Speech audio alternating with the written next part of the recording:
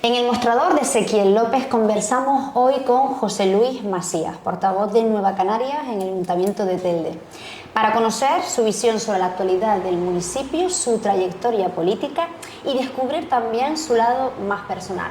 Buenas tardes, José Luis. Buenas tardes. Y hacemos un alto y volvemos enseguida.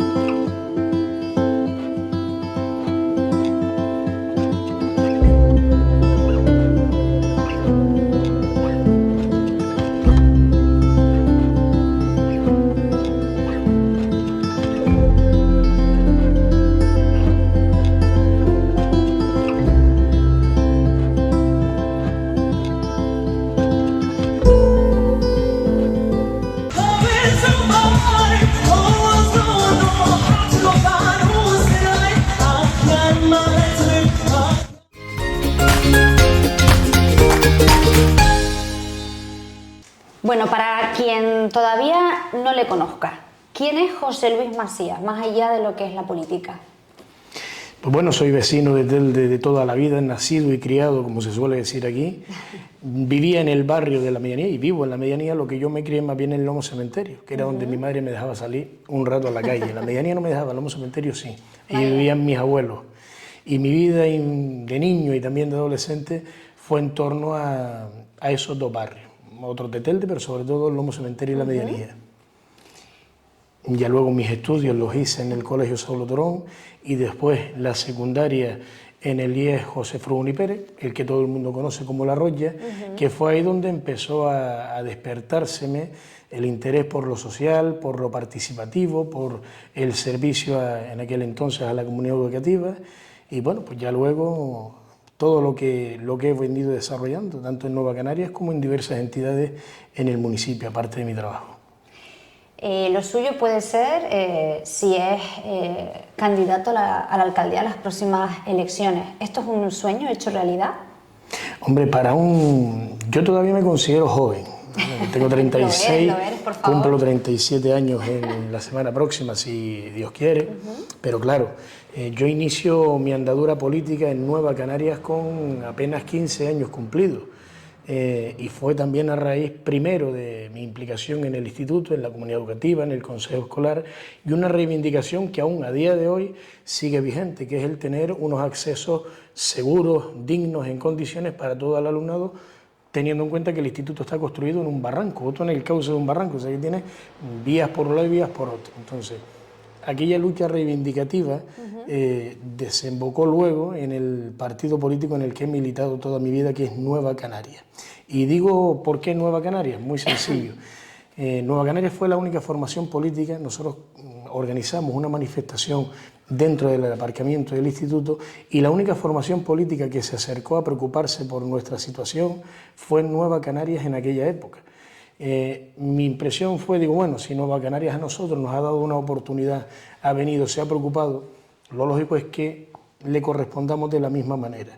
Nos invitaron a una asamblea, recuerdo llegar, aquella asamblea la presidía Paco Santiago, que estuvo hace poco por aquí, sí, cierto. Y recuerdo que no pude entrar al local, el local estaba en Reyes Católicos, no pude entrar, el local estaba abarrotado de gente dentro y un montón de gente en la puerta. Yo llegué con la bicicletilla que tenía, la aparqué ahí en la puerta y me quedé en la acera.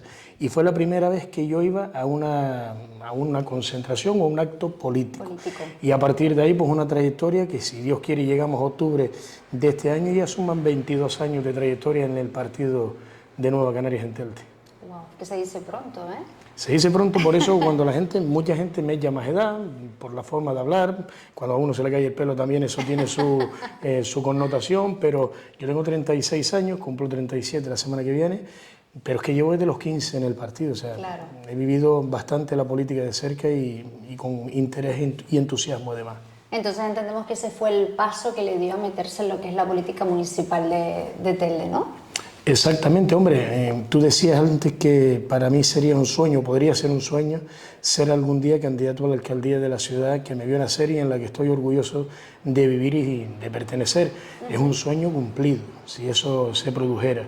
Si no se produjera, pues bueno, el servicio a la comunidad sigue estando. Yo he estado siempre vinculado desde los movimientos sociales, deportivos, culturales, en diferentes entidades, tanto en mi barrio como fuera, en la Sociedad de la Fraternidad, la Unión Deportiva Telde y en otros colectivos en los que he participado también, o en otras iniciativas incluso comunicativas, hasta en la extinta Canal Telde, en aquellos orígenes, con el compañero Ezequiel López como director entonces.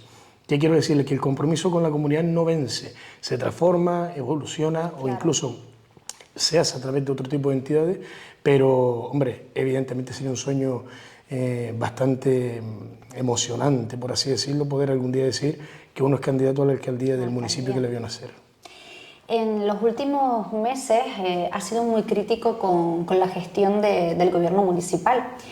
¿Qué crees que es lo más que urge cambiar en Telde ahora mismo? Nosotros somos una formación política que siempre nos hemos caracterizado por dos cuestiones y además la historia así lo avala. Una es la parte de tener planificación para el municipio, un plan de trabajo, además incluso con unas pautas, con un planteamiento que atienda a las necesidades reales y actuales del municipio en los diferentes momentos históricos en los que nos ha tocado gobernar o incluso estar en la oposición. Y lo segundo es un equipo capaz de llevar a cabo el plan de trabajo que se propone desde la organización. Nosotros nos hemos centrado en estos 2 últimos años, sobre todo en hacer una oposición útil, cercana. No es una oposición contra nadie, simplemente es trabajar por Telde y ejercer la labor que a la oposición se le atribuye, la de fiscalizar, la de controlar y además la de plantear alternativas a las diferentes realidades y problemas que tiene la ciudad de Telde. Telde es una ciudad con muchísimas potencialidades, pero evidentemente hace falta desde el gobierno un planteamiento, un plan de trabajo y evidentemente un equipo que sea capaz de llevarlo a cabo. Porque si no el tiempo pasa muy rápido y en la administración pública parece que no, pero si no se trabaja con celeridad, si no se hacen los seguimientos oportunos a los expedientes, si no se está en el día a día y además con conocimiento de lo que se tiene entre manos, el tiempo vuela. Cuando te das cuenta han pasado, como es el caso de Telde, 3 años y no hay ningún avance significativo en cuanto a los problemas que tenía la ciudad cuando se produjeron las elecciones en el 2023. Es más, lo poco que se haya podido avanzar hasta entonces, entiendo que se ha perdido esa oportunidad de seguir avanzando y de seguir afianzando la política municipal desde el punto de vista que nosotros la vemos.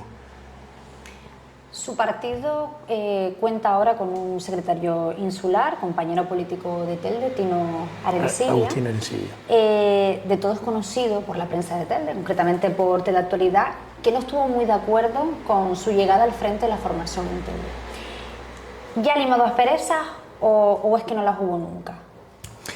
Es complejo el funcionamiento de las organizaciones políticas. Yo particularmente creo que las mejores formaciones políticas no son aquellas en las que todo el mundo piense igual, sino aquellas que sean capaces de resolver, mejor dicho, sus diferencias con diálogo, con consenso, con planteamientos serios y sobre todo con argumentos. Entendemos que eso formó parte en un momento dado de alguna controversia, pero bueno, estamos ahora encausados en otra tarea que nos ocupa, que es la de trabajar para fortalecer la organización después de la decisión sufrida en el año 2025, también después de renovar nuestras ideas, nuestros principios, nuestros valores, nuestras propuestas en el Congreso celebrado el pasado año en julio y sobre todo estabilizar una propuesta seria de trabajo y un equipo capaz, un equipo solvente para llevarla a cabo, como es en el caso del municipio de Telde. Agustín Arencibia es ahora el secretario del órgano insular, es un órgano que aunque figuraba en nuestros estatutos, nunca se había constituido, entendiendo que la mayor parte de los miembros de Nueva Canarias eran todos de la isla de Gran Canaria, los que conformaban la Asamblea General de Nueva Canaria, la Asamblea Nacional de Nueva Canaria. ¿Cuál es la cuestión que ahora nos ocupa? Pues una muy clara, la presencia en otros municipios de otras islas, lo que nos obliga también a tener mayor inclusión y unidad para la correcta proporción territorial de la acción de Nueva Canaria y luego también para reactivar el órgano en la isla de Gran Canaria, teniendo en cuenta que tenemos que reforzar la tarea municipalista en la isla originaria de esta formación política. ¿Crees que desde la oposición se están consiguiendo que el gobierno, que el grupo de gobierno escuche sus propuestas? En algunas cuestiones entendemos que la labor de la oposición puede beneficiar al gobierno siempre y cuando no se polarice todo lo que decimos. Es decir, yo creo que hay a día de hoy una amenaza terrible sobre la convivencia democrática y ciudadana o vecinal, por así decirlo, que nosotros somos más de hablar de nuestros vecinos, nuestra gente, los que tenemos siempre cerca. Y es el tema de la polarización. ¿Por qué digo esto? Porque parece que lo que venga de una formación política no tiene valor, porque lo que está en objeto de análisis no es lo que se plantea, sino es o el pasado de esa organización o el mal sabor de boca que se pudo haber dejado en algún asunto o el hecho de que simplemente venga de una formación que no está en el gobierno. Claro. Nosotros consideramos que hemos hecho propuestas útiles y voy a poner 2 o 3 ejemplos. Denunciamos de forma reiterada que no se tomaran actuaciones o medidas urgentes cuando el paso de la borrasca Teres dejó deficiencias y alguna que otra incidencia notable en el municipio de Telde, como fue en el barranco de los ríos, el corredor paisajístico.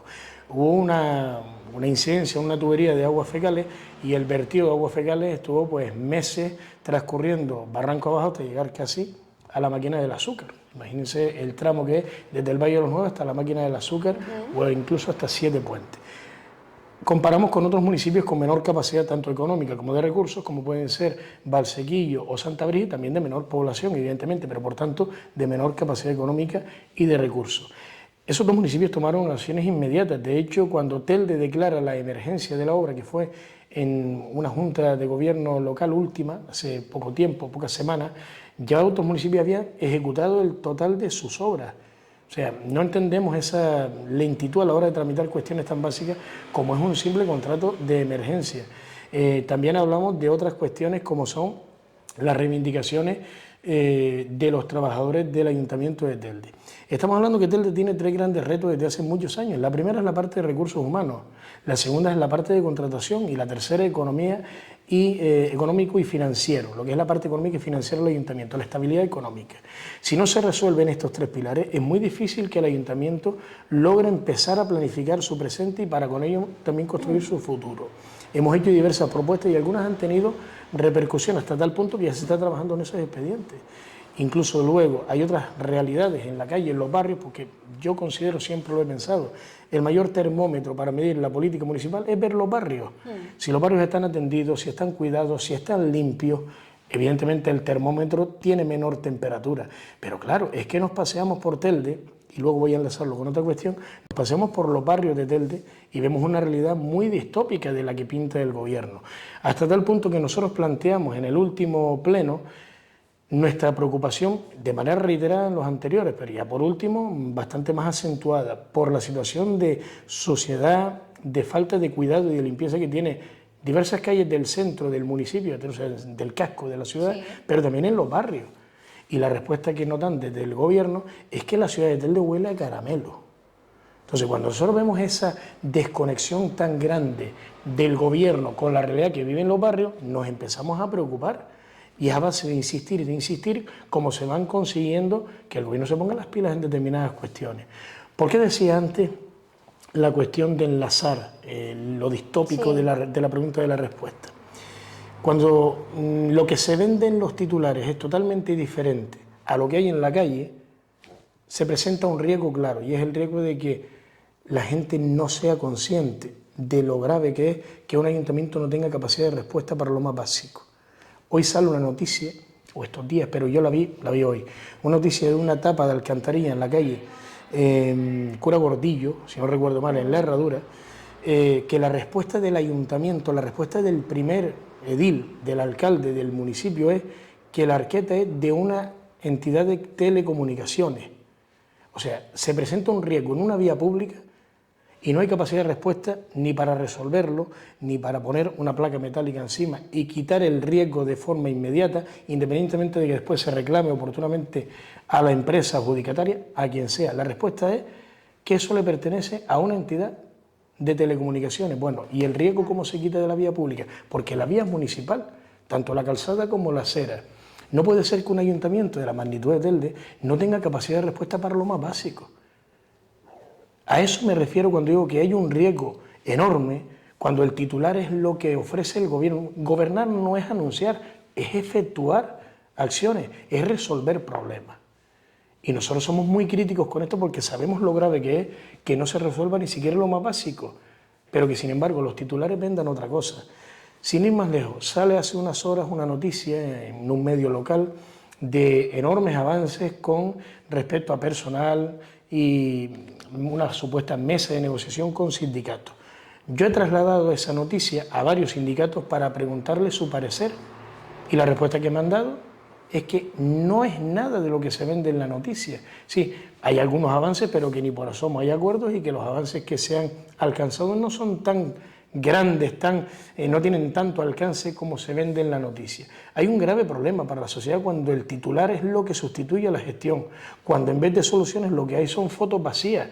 Yo invito a la gente, por eso soy muy insistente, cuando nosotros denunciamos algo, soy muy insistente en que la gente lo compruebe. Yo soy un obseso de la verdad, y la verdad será siempre la verdad, la diga quien la diga, y evidentemente nosotros vamos a hacer, yo el primero, vamos a hacer autocrítica cuando nos toca asumir algo que en otros mandatos no fuimos capaces de resolver. Pero si cuando denunciamos algo ahora pedimos que la gente rasque un poco, no es por el hecho de quedar por encima del otro en el debate, es porque nos hemos dado cuenta de algo, que lo queremos trasladar y queremos que la gente lo compruebe, que la gente se convenza con la verdad, no con el titular, venga de donde venga el titular.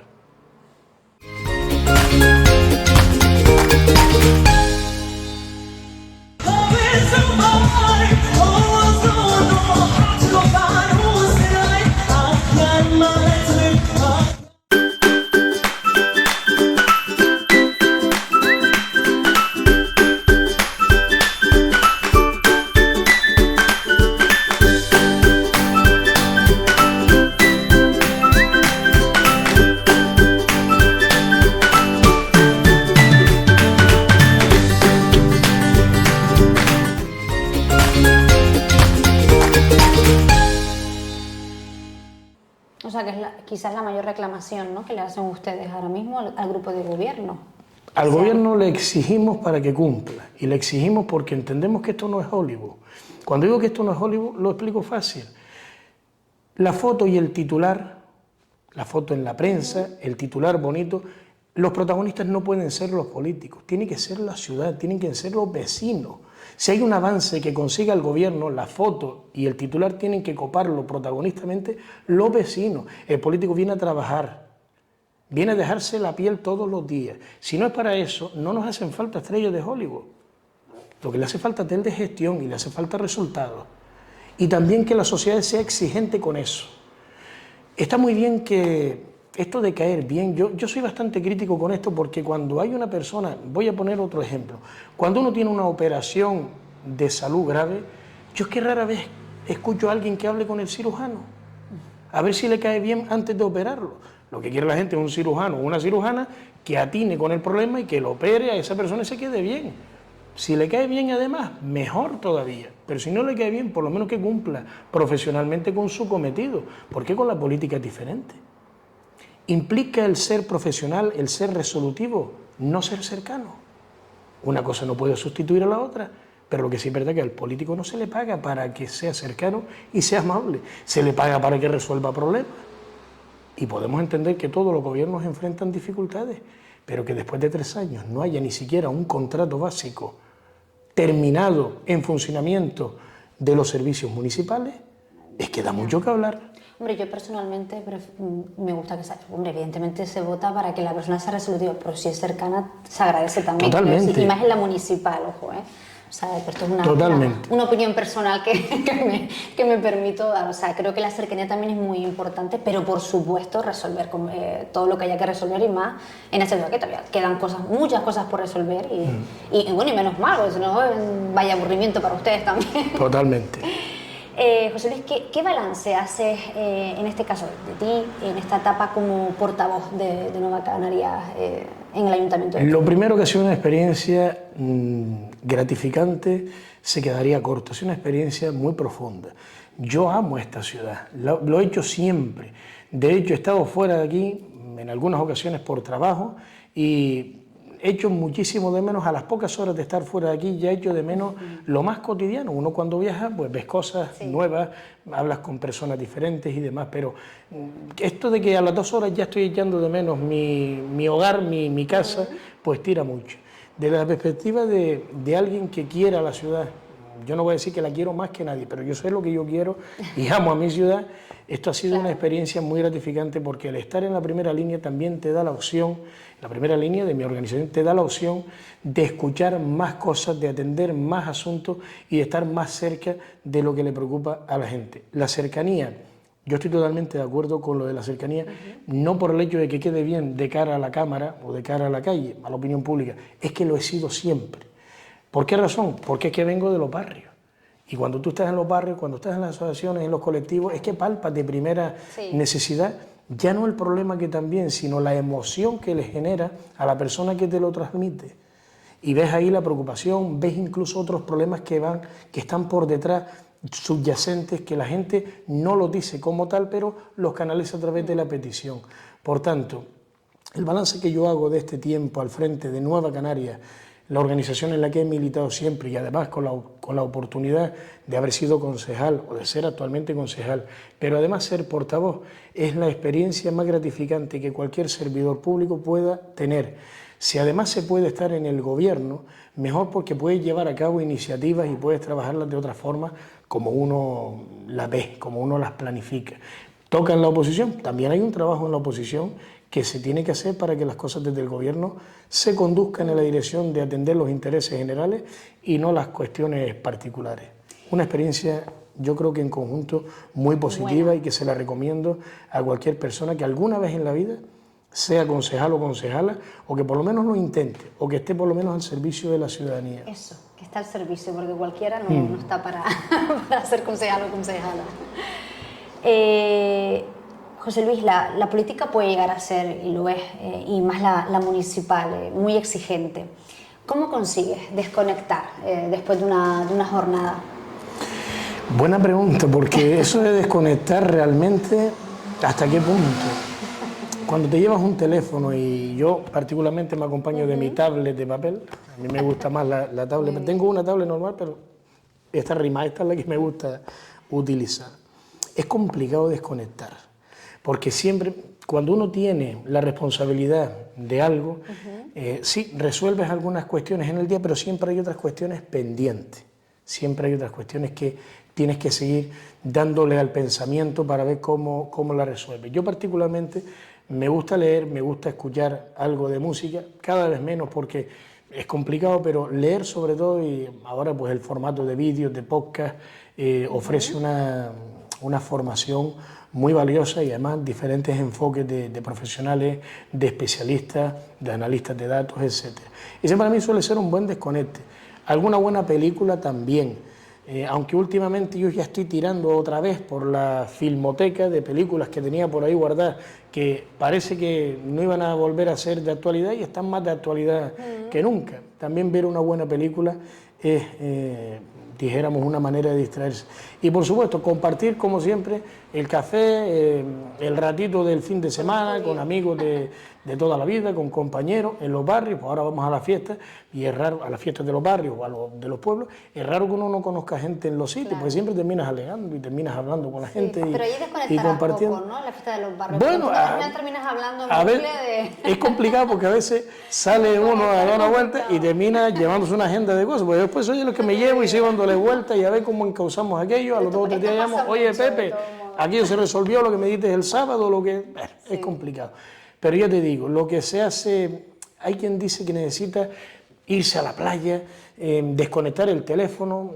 Yo no necesito eso. Además, es muy común que yo un domingo me veas en la oficina o me veas en algún barrio viendo. Cuando uno hace algo que realmente le apasiona, que te gusta, que lo sientes, no hace falta desconectar. A veces hace falta desconectar de otras cosas que te distraen y que te quitan tiempo para tú dedicarle a esto. De eso sí hay que desconectar porque son distracciones innecesarias. Sí, cierto. Precisamente de esa desconexión, a colación de esa desconexión, va la siguiente pregunta. Esta es para conocer un poquito más la parte personal y se la estoy haciendo a todos los invitados e invitadas al final de la entrevista. Me comentabas que te gusta mucho leer. Pues yo te animaría, bueno, que recomendaras un libro que te haya marcado, que te guste especialmente o que creas que, bueno, que la gente pues, le podría gustar. Un libro que puedas En mi época, que no soy viejo, pero En mi época, los 14, los 15 años, lo de moda era la PlayStation. Nunca la tuve ni la quise. Tengo un montón de libros en mi casa, yo no sabría decirte cuántos libros tengo. El último que me estoy leyendo es uno de Baltasar Garzón, ex magistrado de la Audiencia Nacional, que se llama La democracia amenazada. Yo creo que a día de hoy, decía antes que hay películas, yo me inspiré en una de ellas para un artículo que escribí hace poco. El artículo se llamaba La duda razonable.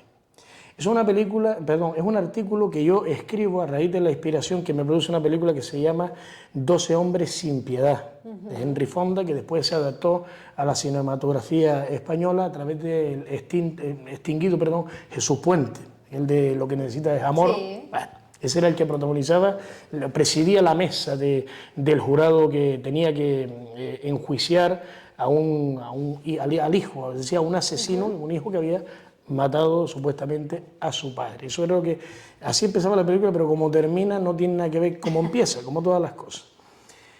Quiero decir que vuelven a estar en la mesa de la actualidad temas que creíamos superados, que creíamos que no iban a volver a repetirse. Pensábamos que el futuro nos iba a traer otros retos diferentes.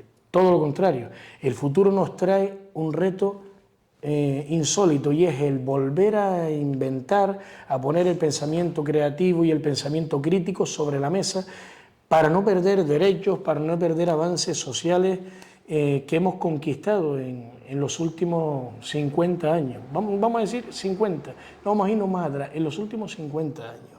La democracia está más amenazada que nunca. Pero hay una cuestión peor todavía que amenaza la democracia, que amenaza la convivencia, que amenaza la posibilidad de llegar a acuerdos. Y es que la información, yo creo que ustedes, los medios de comunicación, tienen el futuro en sus manos si quieren preservar todo esto. La información está siendo más maltratada, más vilipendiada y más ultrajada que nunca. El compromiso con la información veraz, con la información útil, con el investigar, el rascar, como decía antes, para que la gente descubra la verdad, es ahora mismo el principal reto que tenemos en la sociedad. ¿Por qué? Porque cada uno, ya las necesidades a día de hoy, vamos a irnos a lo más cercano, son muy diferentes a las que había hace 30, 40 años, que había necesidades más comunes. Cuando la necesidad, por ejemplo, era electrificación domiciliaria, asfalto en las calles, saneamiento, servicios públicos, cuando esa necesidad era lo que copaba la realidad, es más fácil que la gente haga piña, porque aunque yo no me lleve bien contigo, aunque tengamos nuestras diferencias, pero carajo, es que necesitamos que nuestra calle, tú vives en el 5, yo en el 7, que nuestra calle tenga luz, que nuestra calle tenga una acera. En eso por lo menos nos vamos a poner de acuerdo. Como eso además era un proceso a largo plazo, con la misma terminamos llevándonos bien, pero a día de hoy esas necesidades están cubiertas, incluso hasta la parte cultural ya no suele entrar de forma de lleno por las bibliotecas, por los libros, por el compartir en la tertulia del barrio con la gente, ya es que la gente utiliza otras plataformas para recibir la cultura. Entonces, ¿qué puede haber a día de hoy como elemento que una y vertebre la sociedad? La necesidad de convivir, independientemente que cada uno tenga su vida, que tenga su cuestión resuelta en lo más básico. Yo creo que ese es el principal reto que tenemos, el volver a convivir, el volver a interesarnos por los vecinos, a empatizar con la situación de los demás, a no prejuzgar, y sobre todo, yo lo practico o intento practicarlo siempre. Otra cosa es que me lo devuelvan en la misma proporción, pero bueno, yo me quedo tranquilo haciéndolo.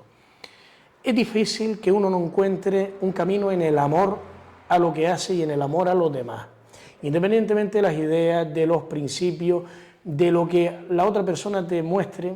El amor siempre es un camino para alcanzar metas, y yo creo que además más necesario que nunca, entendido en el más amplio de los conceptos. No hablo del amor romántico, hablo de amor a los demás, a lo que hacen los demás, a interesarnos, a ser empáticos, a entender que a lo mejor cuando a veces la gente nos habla un poco más alterado de la cuenta, no nos quedemos con esa impresión, a lo mejor es que tiene una carga emocional del carajo detrás, y escuchando también se aprende. Es muy difícil que la gente, cuando uno escucha de verdad, no termine con otra impronta que con la que empezó la conversación. Yo creo que por ahí se puede vislumbrar un camino para la convivencia y, por supuesto, para combatir el odio y el separatismo que nos asalta. José Luis, ya estamos finalizando. Una última, bueno, tenemos otra cuestión para ti, pero la última pregunta que en este caso te haríamos nosotros: ¿cómo quieres que te recuerden los vecinos dentro de años? ¿Cómo quieres que te recuerden? Mis orígenes en política, o mi comienzo en política, vino motivado por una cuestión. En aquella época yo leía diferentes temáticas y diferentes libros. Dentro de los autores romanos, hubieron varios que me llamaron, griegos y romanos sobre todo, pero hubieron varios que me llamaron la atención porque su principal preocupación era pasar a la posteridad. No había una necesidad de ego, una necesidad de prevalecer sobre los demás, sino pasar a la posteridad por dejar a los que vengan, a las personas que vienen detrás, un legado, algo que pudieran aprovechar o para asentar valores y principios, o incluso para seguir avanzando una vez ya pues esos autores ya no estuvieran entre los vivos, por así decirlo. Yo quiero que me recuerden como lo que soy. Yo soy un vecino que nací en Telde, me crié con mis abuelos, he tenido aciertos y errores en mi vida, nunca para hacerle daño a nadie, y que mi paso por la tierra, en este caso por mi barrio, por los colectivos, por las personas en las que he podido influir y también por el ámbito político, sirva para que las generaciones venideras puedan seguir construyendo un puente hacia su futuro. Yo soy de los que creo que tenemos que dejar un legado, y el legado que tenemos que dejar, yo particularmente lo veo desde la responsabilidad pública, desde la responsabilidad social, como un legado de paz, de convivencia y de cimientos que sirvan para las generaciones que vengan detrás. Servir a los demás en el más amplio de los conceptos. Pues José Luis, lo último que te vamos a, en este caso, pedir, que lo harías a la cámara, es hacer una pregunta a ciegas, por así decirlo, la próxima invitada. Nosotros pues se la haremos llegar. Así que no sabemos quién será, así que la pregunta pues lo más genérica posible, más que nada para que no es algo personal. Pues, así que tienes tu cámara. ¿Qué pregunta podemos hacer? Bueno, pues yo creo que hay varios temas que son preocupantes independientemente de a qué se dedique las personas. A día de hoy, la vivienda, para nosotros, en el caso de Canarias, en el caso de España, pero sobre todo Canarias, sigue siendo un drama, en todos los sentidos. Además, es un motivo de preocupación para la gente joven y no tan joven, para familias y demás. Entendiendo la vivienda como una preocupación y también la cuestión de la estabilidad laboral como una inherente para poder obtener de una forma u otra acceso a la vivienda, yo creo que una pregunta es: ¿cuál va a ser el reto de los próximos años para la sociedad? Es decir, si tuviéramos superado el problema de la vivienda, tuviéramos superado el problema de la estabilidad laboral y eso nos diera para encauzar un proyecto de vida digno, independiente, ¿cuál sería el siguiente reto al que creen que va a tener que hacer frente la sociedad y sobre todo la sociedad joven? Pues la sociedad joven ha nacido en un contexto muy diferente, en un contexto en el que las luchas y reivindicaciones sociales no están tan marcadas como en otras décadas. Y casualmente las luchas y las reivindicaciones sociales son los que han conseguido lograr avances para todas y todos en los últimos años. Por tanto, la pregunta sería: ¿cuál va a ser el reto de futuro si la vivienda o considerando la vivienda y el empleo, cuál va a ser el reto de futuro que tengamos que afrontar de manera conjunta para salir adelante, y sobre todo con la implicación de la gente joven? Pues José Luis Macías, muchísimas gracias por este ratito, por esta charla. Ha sido un placer, mucha suerte de cara a lo que llega, y nos veremos en la próxima seguro. Gracias. Gracias a ti, gracias al mostrador de Ezequiel López por la oportunidad. Enhorabuena también por la iniciativa y por el programa, y como siempre digo, a disposición de lo que ustedes consideren. Muchas gracias. Pues gracias a ti.